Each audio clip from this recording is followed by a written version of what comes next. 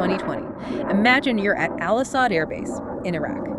It is pitch black, completely silent, and then the sky just rips open. Because 300 miles away, in western Iran, a whole battery of ballistic missiles has just lifted off. And we are not talking about, a small skirmish. This isn't just mortar fire. We're talking 16 heavy ballistic missiles. Each one is, the size of a telephone pole? At least. And they are all arcing through the atmosphere with a very, very specific destination programmed in. American troops, their living quarters, their hangars. It was, I think, the largest ballistic missile attack ever launched against Americans. So today we're doing a deep dive into that night. We're going to walk through the attack itself, that terrifying 6-minute window before impact, and the strange, almost mathematical thinking that was happening behind the scenes. Right, because there's this huge mystery at the center of the whole thing. The body count. Yeah, the body count. You've got 16 precision-guided missiles, a base that's packed with personnel. You have 11 confirmed direct hits that just leveled buildings, and yet, when the sun finally came up... 0 fatalities. 0. How is that even possible? I mean, was it a miracle? Was it just incredible luck? Or was it something else? That's the question. And to get to the answer, you have to look past the fireballs. You have to look at the physics, at the biology of what a blast wave does to a human brain, and at this incredibly high-stakes poker game being played between Washington and Tehran. Okay, so let's unpack all of that, because I think most people remember the headline, Iran attacks base, but not the minute-by-minute reality of it. Where does this whole thing actually begin? Because missiles don't just appear out of nowhere. To really get the miracle, you have to rewind the clock a few hours before that 1:34 a.m. timestamp. Okay. The story really starts with satellites. Satellites. Specifically, the U.S. space-based infrared system. These are satellites in orbit. Yeah. And their whole job is to just scan the globe constantly for heat signatures. So they saw the launch as it happened. They saw it before the launch. And this is so critical.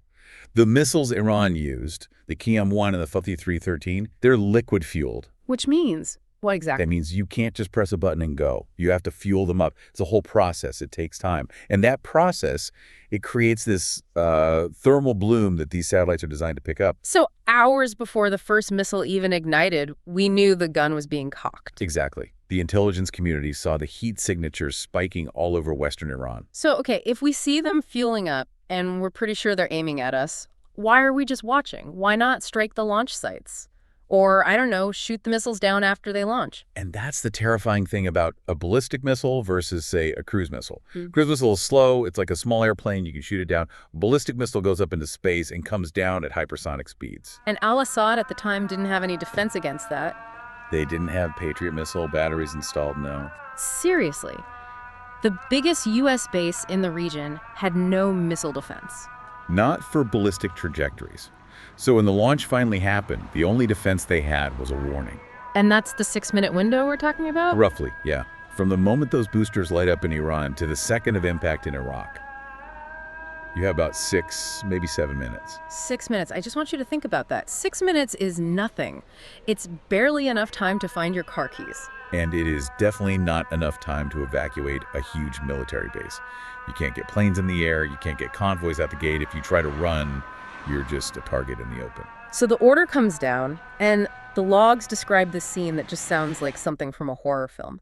Brace. Helmets on, lights off. That detail, lights off, that really got me. Why lights off? It's partly tactical, denying the enemy a visual target if there are drones overhead. But it's also psychological. You have hundreds of troops scrambling into these old bunkers. Which were, from World War II? Yeah. They're not designed for modern precision missiles. They're basically just concrete boxes. So you're crammed into this dark concrete box. You're wearing 40 pounds of body armor. It's pitch black. And you know something is coming from the sky that can just vaporize you. But you don't know exactly when. You just wait. And that's got to be the worst part, that feeling of helplessness. You're just checking your watch. 1.3, 1.31. And then, at 1:34 a.m., the waiting is over. The first impact. Describe that, because I think we all have this Hollywood idea of an explosion, a big fireball, and a loud boom. But that's not what the survivors describe. And no, it's not just a sound. It's a physical assault. The warheads on these things carry over 1,000 pounds of high explosives. When that hits, The shockwave moves faster than sound. I read one account where a soldier said the ground felt like it was rolling, like a liquid. Exactly. The kinetic energy just ripples through the earth. Yeah. So even if you're underground in a bunker, the floor jumps up and hits you. The air pressure just drops instantly. It literally feels like the air is being sucked out of your lungs. And it wasn't just one. No, it was wave after wave. For over an hour. Can you imagine? You survive the first one, dust is falling from the ceiling, you can taste it in the air. And then, boom, another one hits. Another. 11 direct hits on the base. And this is where we have to clear up a huge misconception, right? Right. Because the death toll was 0. I think a lot of people just assumed the missiles missed, that they hit empty sand or something. They were warning shots. Exactly. These were not warning shots. The post-attack analysis, the drone footage, it showed these were incredibly precise strikes. They hit hangars. They hit the air traffic control tower. They flattened buildings. Holland. I mean, obliterated. Steel beams twisted like they were pretzels. Concrete turned to dust. If anyone had been inside, they would have just been gone. The accuracy was, frankly, stunning. Which brings us back to the miracle. You have all this destruction, you have troops in these ancient bunkers, and yet, back in Washington, the National Military Command Center gets the report, 0 killed. And that single statistic, that 0, is probably what prevented World War III. But, and this is a really big but, we need to talk about what 0 killed actually means in this context, because that phrase hides a lot. This is so important. The headline was 0 fatalities. Politically, that was a huge win. But from a medical standpoint, that phrase is really deceptive. You're talking about TBIs, traumatic brain injuries. Yes. In the days and weeks after, over 100 U.S. service members were diagnosed with TBIs. And it's something people have a hard time grasping because it's an invisible injury. You look at a soldier, they aren't bleeding, they have all their limbs. Oh, everyone assumes they're fine, just a headache. It is so much more than that. Think about that shockwave we talked about. When a blast wave of that power goes through a bunker, it goes right through your body, goes through your... My brain just sloshes around inside. It slams against the front of your skull, then ricochets and slams against the back. It's called a coup contre coup injury. It shears neurons. It causes micro tears in the brain tissue. The soldiers described memory loss, vertigo, these crushing headaches. Some of them had to basically relearn how to speak properly. That's horrifying. So while the world was celebrating no deaths, these soldiers were dealing with permanent brain damage. Correct. And that's the disconnect. For the politicians, 0 dead is a success. For the actual human beings in the bunker, the war absolutely came for them. The miracle had a very high hidden price. Okay, so let's pivot to the strategist then, because this is the part of the deep dive where the math gets really interesting. If Iran's missiles were precise enough to hit a specific hangar, they were precise enough to hit the bunkers. Oh, absolutely. If Iran had wanted to kill 500 Americans that night, they almost certainly could have. So why didn't they? That is the calculus of the whole event. Yeah. This attack was one of the most carefully choreographed geopolitical ballets I think we've ever seen. It wasn't just blind rage. Not at all. It was a message. Look at the targeting. They hit the hardware. They destroyed aircraft hangars, equipment. But they very specifically avoided the barracks. They avoided the dining facilities. And there's the warning. The intel didn't just come from our satellites, did it? No. Yeah. And this part is a little murky, but multiple reports suggest Iran passed a message to the Iraqi prime minister just before the attack. Basically saying, hey, we're about to strike your bases. Exactly. Knowing full well that the Iraqis would immediately pick up the phone and call the American. Wait a second. So they launched this massive missile attack to retaliate for the U.S. killing their top general. But they tell the target to go hide first. That sounds completely insane. It sounds insane, but in a very twisted way, it's rational. Think about it from Iran's perspective. The U.S. had just killed Qasem Soleimani, a national hero. They had to respond. They couldn't do nothing. Right, that would look weak. Very weak. So they needed to demonstrate 2 things, capability and resolve. Capability being, hey, our missiles actually work. Precisely. We can hit you. We can hit you precisely. We can flatten your buildings. That's capability. But by purposely aiming away from the bunkers, they also demonstrated restraint. It's like getting into a bar fight, but instead of punching the guy in the face, you smash a beer bottle on the wall right next to his head. That is a perfect analogy. Yeah. You show him you could have hurt him. You show him you're willing to get violent.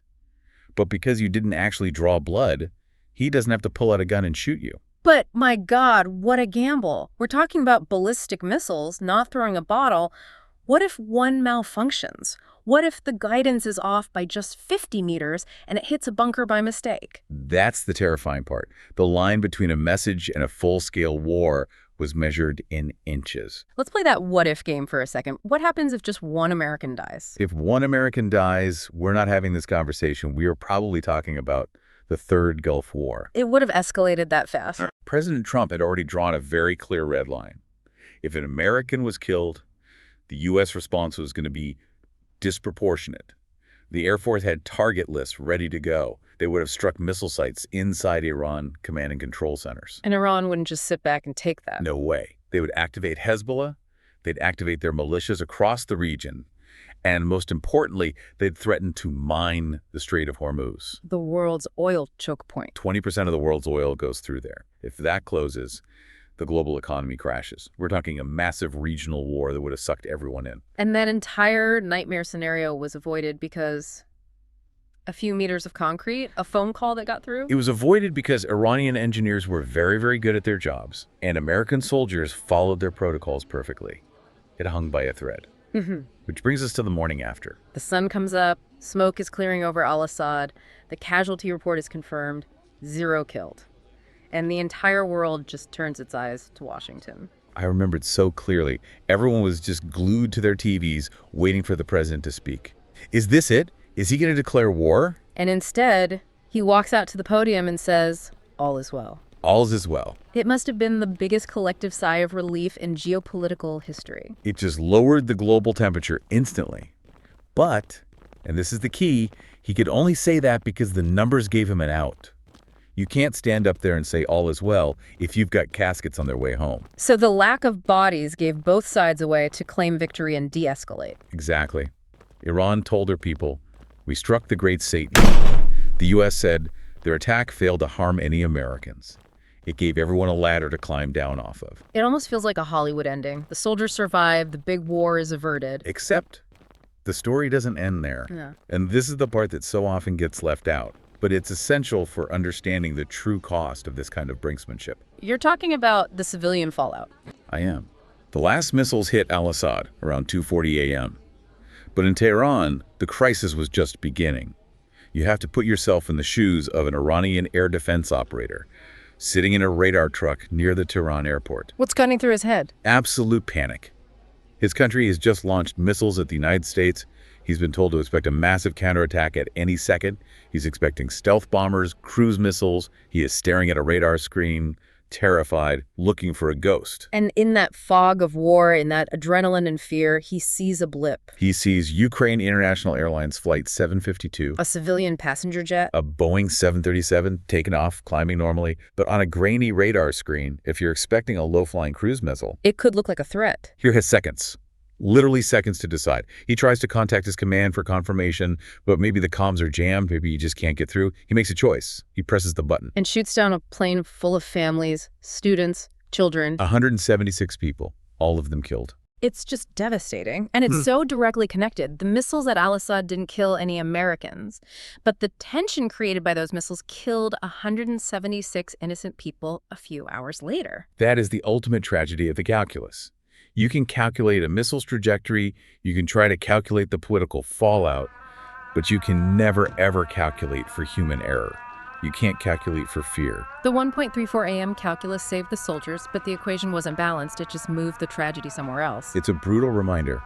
Whenever you introduce that level of violence into a system, you lose control of the outcome. That energy has to go somewhere. A heavy thought to leave you with, but I think it's the core truth of that night. We look back and we celebrate the war that was avoided, but we can't forget the collateral damage that happened in the shadows. Absolutely. We're going to be exploring more of these hidden histories, these moments where the official story hides something much deeper in our upcoming deep dives. In fact, next time, we're kind of flipping the coin. Today was about intelligence. That was for the most part right.